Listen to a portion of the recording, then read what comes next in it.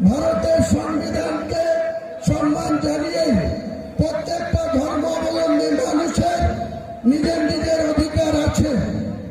কেউ চার্চ বানাতে পারে, কেউ গির্জা বানাতে পারে, কেউ মন্দির বানাতে পারে।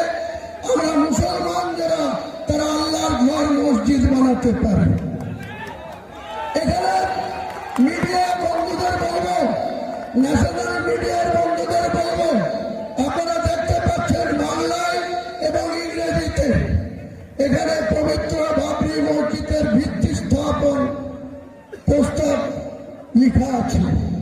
আপনারা একটু ওইদিকে লক্ষ্য করবেন, আপনাদের ক্যামেরা ওইদিকে ঘোরাবেন, কিন্তু ভারতবর্ষ দেখুক যে এক শ্রেণীর মানুষ এটা হতে দিতে চাইনি।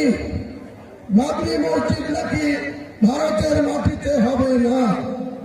আপনাদের অবগত করার জন্য বলি, 2019 সালে সুপ্রিম কোর্টের প্রধানমন্ত্রীর যে ব্রাঞ্চ, ফুল বেঞ্চ 5 সদস্যের, তারা দীর্ঘদিন ধরে এই মামলার শুনানি করার পর 2019 সালের নভেম্বর মাসে একটা জাজমেন্ট এসেছিল।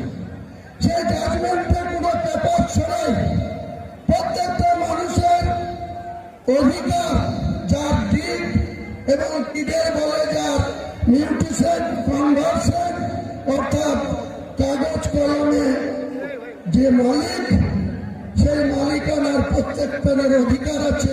সেখানে কি বানাবে, কি করবে, হিন্দু ভাইদের মন্দির করার অধিকার আছে, আগেই বললাম গির্জা করার অধিকার আছে, চার্চ বানানোর অধিকার আছে, তেমনি মুসলমান ভাইদের পবিত্র আল্লাহর ঘর মসজিদ বানানোর অধিকার আছে। সুপ্রিম কোর্ট যে জাজমেন্ট দিয়েছে